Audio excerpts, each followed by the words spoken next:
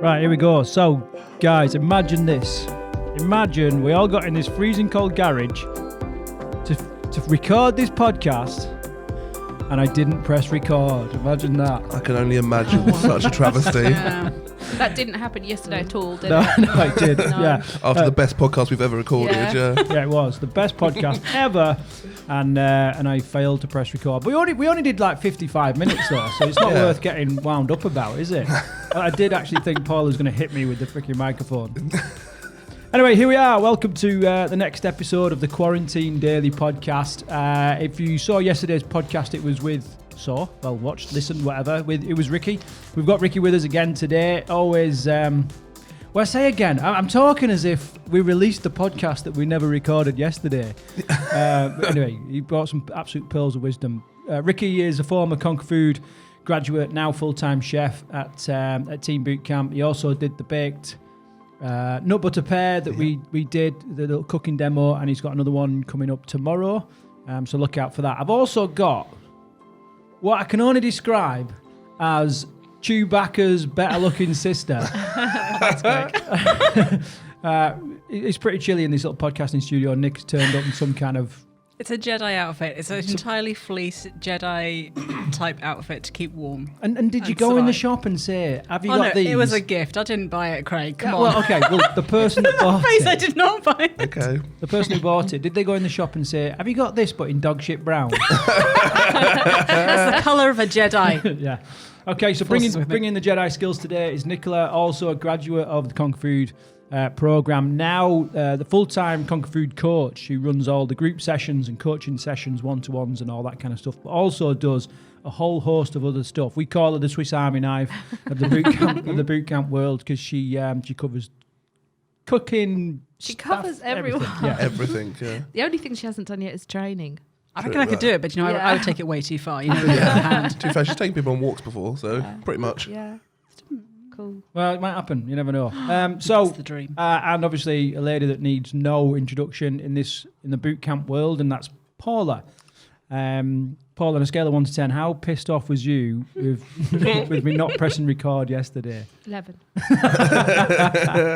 11. Can I just say to everyone that just to let you know that we are actually quarantining together at Excuse the cough, Rick.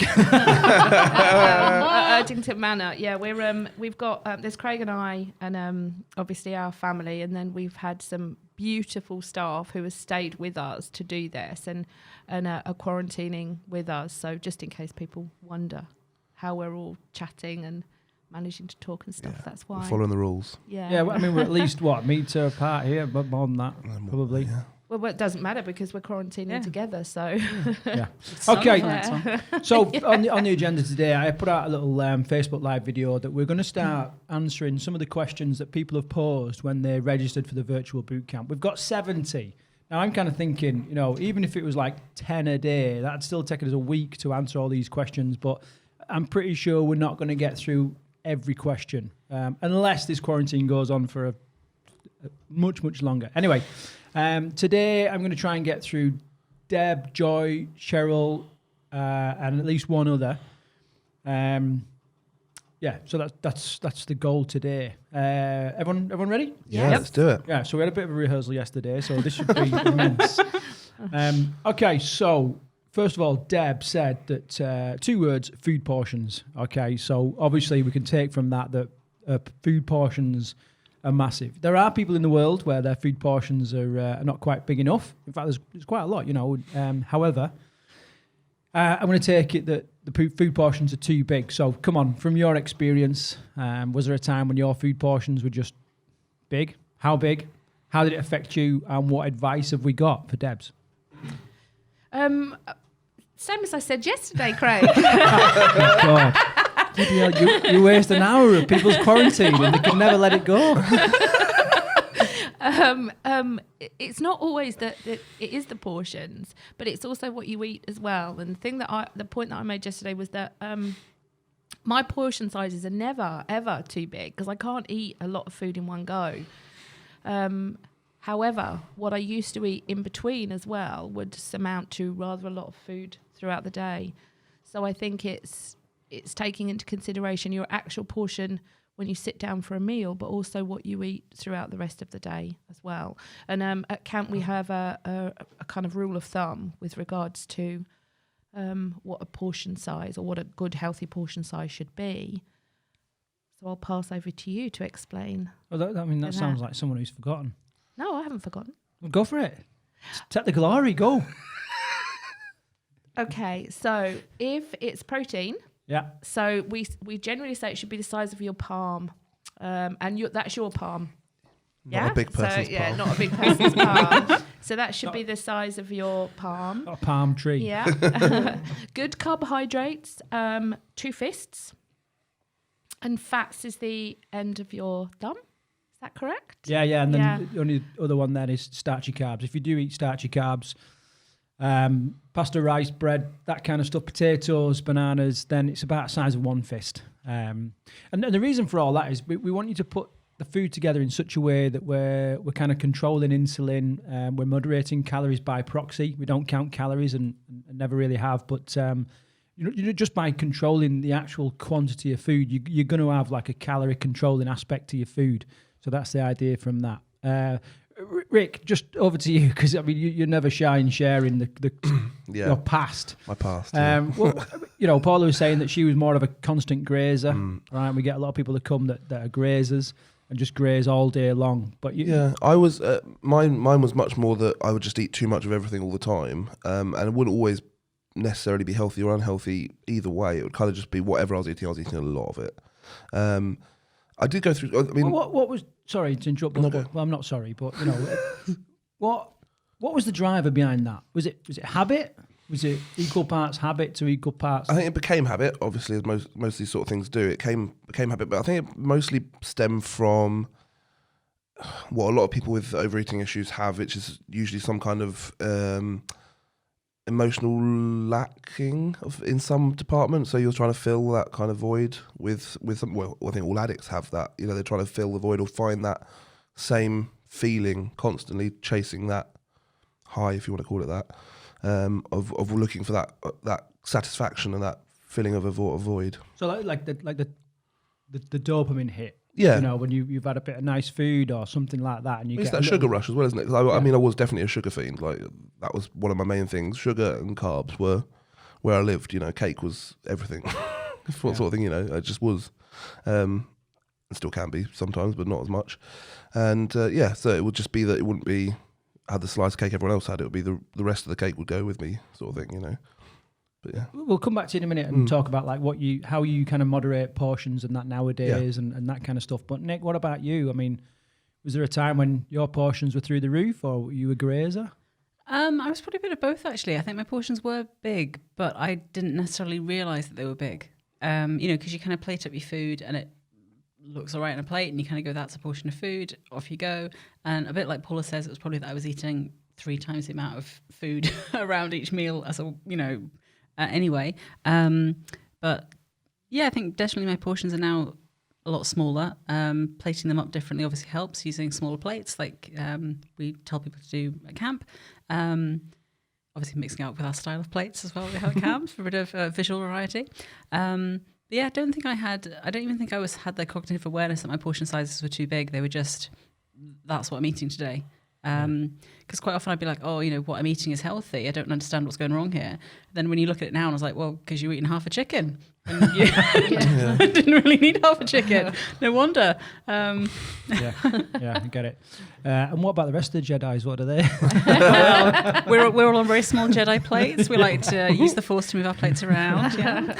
I mean, for me, they say that the things that wind you up the most are the qualities that you harbour yourself. And one thing that drives me crazy is greed. I hate greed. I hate looking at it.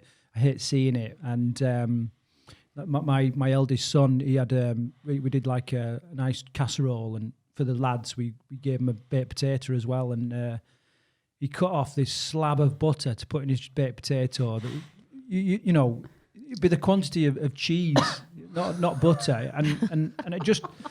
I'm like, and there's like half of you want to like clip him around the ear roll, but he's 19 now, and say, that's too much butter. And the other half of me is like, let him find his own way.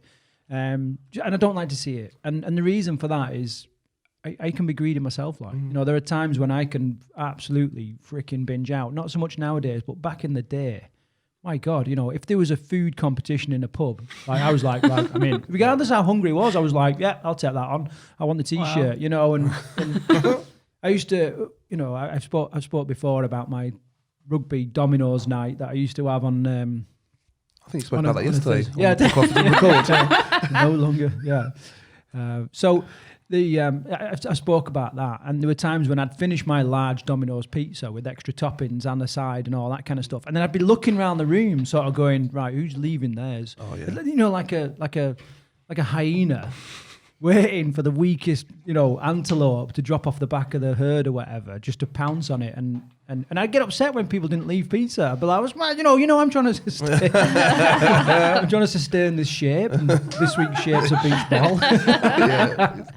Anyway, it's an effort, definitely is. Right, I'm really keen to hear what I do now. Yeah. How do you kind of and let's be honest. You know, sometimes you don't nail it. No, definitely not. I still definitely struggle when I'm not in the right environment. So I think when I go home, I still struggle to try and maintain the sort of definitely portion size, because I'll still cook everything, or my mum will cook everything, and she's a great cook. So it'll all be healthy, it'll all be the right things, but I'll still go, I might have seconds of that. And it's only when I'm at home, or only when I'm not kind of at camp or in somewhere where I sort of kind of anchor to a healthy style of eating and living, which is weird. Weirdly enough, because I've recently quit smoking again for the millionth time, but I haven't craved one at all since I quit 2 or 3 weeks ago, until I came back to camp.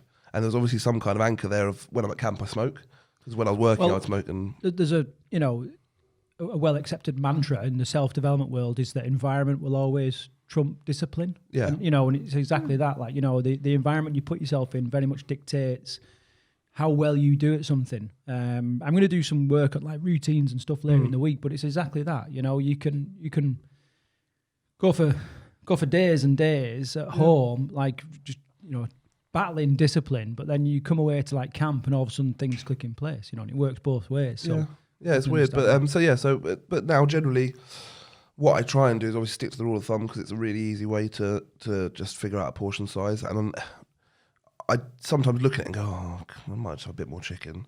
And then I sort of go, well, am I going to... Is there like a... I'm trying to think of the right way of putting it, but is that really a bad thing kind of thing? If I have half a chicken breast more, am I going to really regret that in 2 days? No.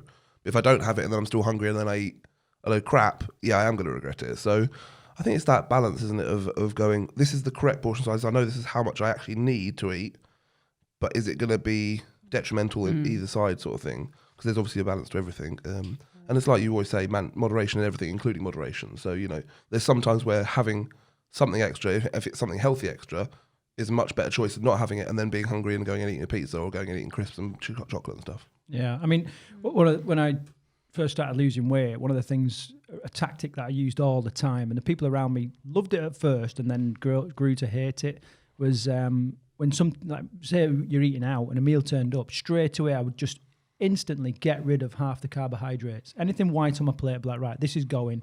And I'd scrape it onto someone else's plate, and they'd be like, "Oh, nice one, thanks for the chips," or "Thanks for the rice."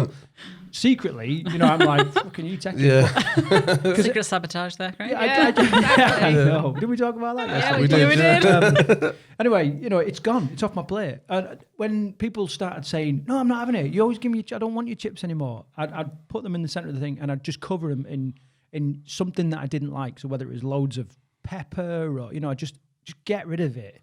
You know, so that it's done, and try and make that decision when your mind's in a logical state rather than an emotional state. And because you know that when you get into a meal, you're like, oh, I'll leave half these chips. And as you're going through, and then you start, you know, meal's done, you're sitting around chatting away, and then you pick at a chip, and before you know it, you've eaten all that portion anyway. So, and there's nothing wrong with when you're ordering, asking for stuff on the side or something separate. So like, it is those really basic old dieting things, like I'll have the dressing on the side, I'll have my chips on the side, or whatever it is that you think, I don't want to eat all of that, or I'm not going to need all of that. So if I have it on the side, then I can then easier just go, that's enough. Whereas on your plate and it's in front of you, you're probably just going to eat it all. Yeah, this is gold. Most places are happy. Because I remember a while ago went for somewhere where I was like, oh, everyone else is having chips, and I thought I just want a few. So I actually literally ordered, I was like, can I have 8 chips? And they kind of looked at me, I was like, no, I just want 8. Just put 8. Like I'd done the whole, can I have, I'd done the whole, can I have salad rather than chips? And I was like, do you know what, I'm going to want a few, and I don't want to be that person who's like, I've not ordered any, but can I have some of yours? So I was like, can I just have 8 on my salad? And the woman kind of looked at me, and then she was like, yeah, okay, sure. Having grown up in hospitality and that industry my whole life, I know that it actually doesn't really bother them that much. Stuff like that, they'll go, they're a mental case, but that's fine. It's not going to affect us really to do 8 chips instead of a whole handful. And also the things that annoy people is when you ask for something and then you send it back because what you asked for is not actually what you want. So I think that's what annoys people. So ask them for little requests like, oh, can I have that on the side? Can I have half a portion of that? They're not going to care because 1, they'll charge you the same, and 2, it doesn't bother them at all. It just doesn't cost them any extra effort on time. So yeah, do it. Anything for you, Paula, before we move on to the next question? No, I'm good. Thanks. Yeah, good. No, this is gold. This is really good. Well done, guys. It's like you've had a lot of practice yesterday.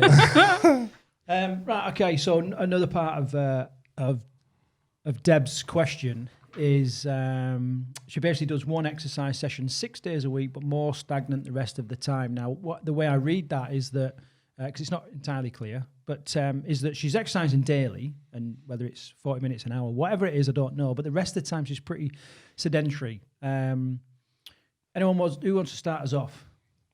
Anyway, I'm not bothered who is. I'll go myself if you want. I'll go then. I mean, if you're exercising anyway, obviously things right now might be a bit different. So she might be exercising differently, but just adding extra movement that you can during the day. So some of the things we talked about yesterday included going up the stairs with your washing, rather than putting it on the stairs and waiting until you go upstairs later, or consciously walking up and down in between programs you're watching or stuff like that. And I know, Craig, you had a lovely example of just doing stuff twice. You can take all these. I'm not precious. No, but I like it. So it's yours. She explained it. Oh, I'm going to take it. This is it. This is totally my idea then. You totally are precious over things like that. This is totally my idea. Craig's giving it to the world now. Yeah. So it's if you've got to go podcast with your wife. The Craig Williams trademark doubling up of exercises. Exactly. So going up and down the stairs twice, even if you don't need to, just go, right, I need to go upstairs, get to top, turn back around, go back up, twice, done. Yeah. Boom. Double your exercise. From me, I mean, we all tend to focus on exercise as like it's the biggest, most important thing, and then actually it's not. Exercise is just a catalyst to your results. It just speeds it up. What's going to get you results is your nutrition and what you're eating. So a lot of people work, they beat themselves up that they're perhaps not doing enough or want to do more. And I think the way to change that is to think about how you can make it smarter. So whether it's specific to your goals, what are your goals if you've got any? If you don't have any exercise or sporting goals, then it's just movement, and it's about just looking after your general health and mobility and that kind of stuff. Some people just need to be fit enough to run for a bus, and other people need to be fit enough to pull the freaking bus. So, there's a different way for people to train. And then really concentrate on the nutrition, because that's where the foundations, the real results are. And the exercise just speeds it up. I was going to say, I think a good example of that is the last time I covered the kitchen at camp. Obviously from some weeks at my other jobs, I'm sitting down more often. So in the kitchen, obviously on your feet all day. Because I was in the kitchen, I was kind of surrounded by food. So by the time I served it, sometimes I was like, well, I've already had a little taste, so I'll have an even smaller portion when I'm actually eating. And by the end of that week, I'd lost half a stone just by simply walking around the kitchen constantly for the whole day. That's absolutely incredible. So it's all movement. It's all time on your feet. It's all moving. Well, it's like Mel, our housekeeper. She's the oldest person. Sorry, Mel, but you haven't kept. But I'm only a few years behind, but you're still the oldest. And but she is, out of all of us females, the slimmest. What? And she is. She is the slimmest. Yeah, she is. Quietest. And her job is really physically taxing, and she is constantly moving. And I said to her the other day, Mel, your job is keeping you slim. It's and it really is. And the flip side, remember when you did the 40s boot camp, and you just managed to scrape in because you just hit 40, but you did the over 40s. I know I'm going to get kicked in the nuts. Mel, she done a day's exercise. She done exercise for bloody years, but just because her general activity levels are much higher, and she's constantly throwing beds around and all that kind of stuff, then she was really able to sort of take it on. She's really quite a little fitty. It's our melons. Big shout out for melons there. Yeah. Should actually just take this opportunity to have another little shout out to a member of one of our staff members, Georgia, whose birthday it is today. Yeah, happy birthday, Georgia. Be good to have like one word that you think describes Georgia. We'll go around the. I can't say it on a podcast. Okay, we can guess. Nick, have you got a word? I'm going to go with beautiful. Why? Just kidding. Paula, anything from you? She's just gorgeous. Gorgeous. Yeah. Right. I always call her beautiful. No. See, I'm talking about Georgia. You know the one that. I love her. I think she's lovely. What about you, And Craig? she's What's very, your word? She's very Missing. generous. She's not here, is she? She's What's supposed her to be here on the birthday? It's her panel. birthday. Oh, what? So she gets an extra She's hour of sleeping. quarantine. She's gone to enjoy her one walk outside a day for her birthday. It's her special birthday treat. Fair enough. Right, okay, we're going to move on then. Next thing then from Joy, she's basically said being stuck at home with the rest of the family telling me I don't need to exercise or one more chip or whatever won't hurt. It's the weekend. You can have a burger. You can have a beer. So in essence, we're talking about saboteurs. They're a real issue. I think we all know a saboteur. Yeah. I think we've all been sat with one, Craig. Do you know, I can be a saboteur. Yeah. I am the saboteur because I like to eat. You're supposed to be helping people. No, Not but I'm saying is where it's coming from. Yeah. So this is the point that I'm making. And so for me, it's as you said yesterday, Craig, that Get over it. I'm only joking. No.